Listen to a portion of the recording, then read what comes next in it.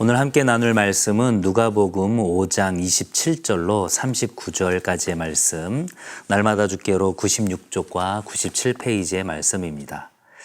오늘 큐티 본문의 제목은 이렇게 되어 있죠. 복음이 허용하는 선. 이것이 무슨 말인지 오늘 본문을 통해서 한번 살펴보겠습니다.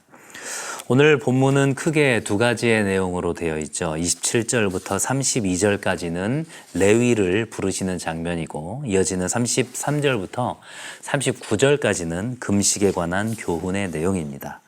내용 관찰과 연과 묵상, 삶의 적용 문제를 함께 보도록 하겠습니다. 내용 관찰 1번입니다. 예수님께서 제자로 부르신 사람은 누구입니까? 라고 되어 있죠. 27절에 보시면 레위라 하는 세리라고 되어 있습니다. 세리의 직업을 가진 이 레위를 이야기하는 것이죠. 이 레위가 훗날 마태라는 예수님의 제자로 불리게 됩니다. 내용 관찰 2번입니다. 바리새인과 서기관들이 예수님을 비방한 내용은 무엇입니까? 30절과 33절을 통해서 두 가지 내용을 비방하고 있죠. 먼저 30절은 어떻습니까? 너희가 어찌하여 세리와 죄인과 함께 먹고 마시느냐? 33절은 또 어떻습니까? 요한의 제자는 자주 금식하며 기도하고 바리새인의 제자들도 또한 그리하되 당신의 제자들은 먹고 마시나이다. 이렇게 되어 있습니다. 이 본문에 대한 구체적인 이 비방의 근거나 내용은 뒤에 있는 우리 4번 문제를 통해서 함께 또한 추가로 보도록 하겠습니다. 내용 관찰 3번을 먼저 볼까요? 예수님께서는 왜 새 포도주를 낡은 가죽 부대에 넣지 말라고 하셨습니까?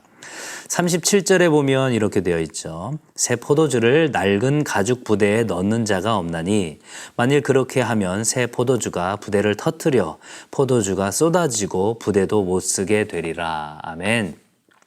비유적인 말씀이겠죠. 새 포도주가 발효를 하게 돼서 팽창하면 낡은 가죽 부대에 있는 그 부대는 터져버리게 된다라는 것입니다. 이 내용 역시도 이어지는 4번 문제를 통해서 함께 같이 살펴보겠습니다. 연구와 묵상 4번입니다. 예수님께서 세리와 죄인들과 함께 교제를 나누는 것이 바리새인들과 서기관들에게 비방거리가 된 이유가 무엇이며 예수님께서 새 포도주는 새 부대에 넣어야 한다는 말씀을 하신 의미에 대해서 묵상해 봅시다 라고 되어 있죠. 먼저 첫 번째 내용을 한번 볼까요? 세리와 죄인들과 함께 교제하는 것에 대해서 바리새인과 서기관들이 비방한 이유가 무엇일까요? 그것은 바로 유대인들을 부정하게 만드는 것이라고 생각했기 때문입니다. 여기서 바리새인들이 이야기하는 이 죄인은 부도덕한 어떤 이교도들 뿐만이 아니라 율법을 배우지 않고 바리새인들의 그 엄격한 기준을 지키지 않는 일반 백성들도 포함되어 있었습니다. 이 세리와 죄인들은 식사를 할 때 유대인들이 행하는 그런 정결의식을 행하지 않고 식사를 했기 때문에 그들과 식탁 교제를 하는 것은 아주 가증한 일로 여겼죠. 반면에 정결의식을 하지 않은 이들과 식탁 교제를 하는 이런 예수님을 보면서 바리새인들은 이 예수님은 랍비가 아닐 것이다. 아니 선생일지라도 적어도 구약에서 예언된 메시아는 절대 아닐 것이다. 이렇게 생각을 했던 것입니다. 낡은 가죽 부대와 이 새 가죽 부대는 어떠한 의미일까요?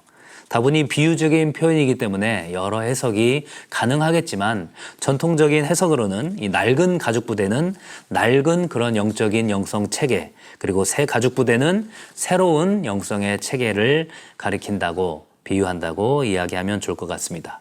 이 낡은 천과 가죽 부대는 이 율법의 적용에 있어서 굉장히 경직되고 굉장히 율법주의적인 그런 낡은 제도로 바리새인들이 그렇게 가르치는 것으로 최악의 상황으로 나타났다고 할 수가 있겠죠. 낡은 형식과 이런 전통은 금식을 통해서 그 왜곡된 모습들이 극대화됩니다. 반면에 예수님께서 말씀하신 이 새 가죽 부대에 해당하는 새로운 영성의 태도는 어떻습니까? 그리스도와 예수님의 제자들이 즐기는 그 연회의 기쁨에 의해서 구별이 되었죠.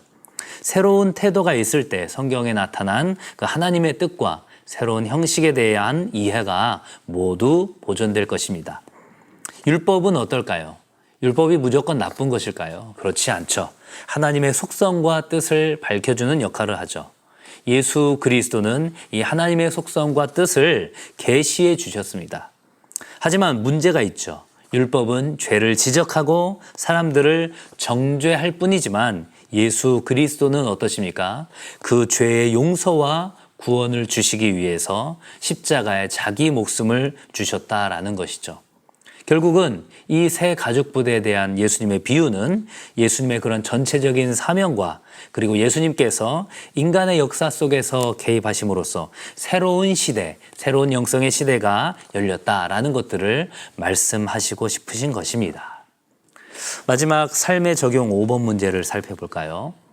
종교적인 관습이나 전통 때문에 진리가 깊고 넓게 뿌리내리지 못하도록 하는 폐단이 신앙 공동체에는 없습니까?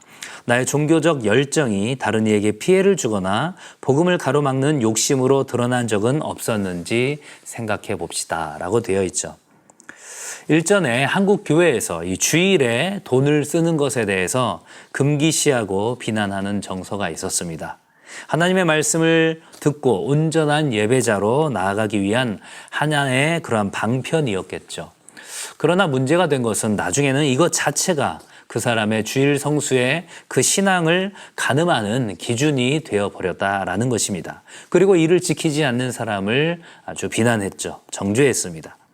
무엇을 위한 관습과 전통인지 늘 생각하고 그것이 복음의 본질에 우선되지 않도록 우리가 늘 점검하고 확인하면서 말씀 앞에 나아가야 할 줄로 믿습니다. 그래서 복음이 허용하는 선이 어디까지인지를 우리가 잘 분별할 수 있기를 소망합니다. 사도 바울이 로마 교회에 권면했던 것처럼 로마서 12장 2절에서 말씀하시는 것처럼 이 세대를 본받지 말고 오직 마음을 새롭게 함으로 변화를 받아서 하나님의 그 선하시고 기뻐하시고 온전하신 뜻이 무엇인지를 잘 분별해 나아가는 우리 모든 성도들이 될 수 있기를 주님의 이름으로 간절히 축복합니다. 감사합니다.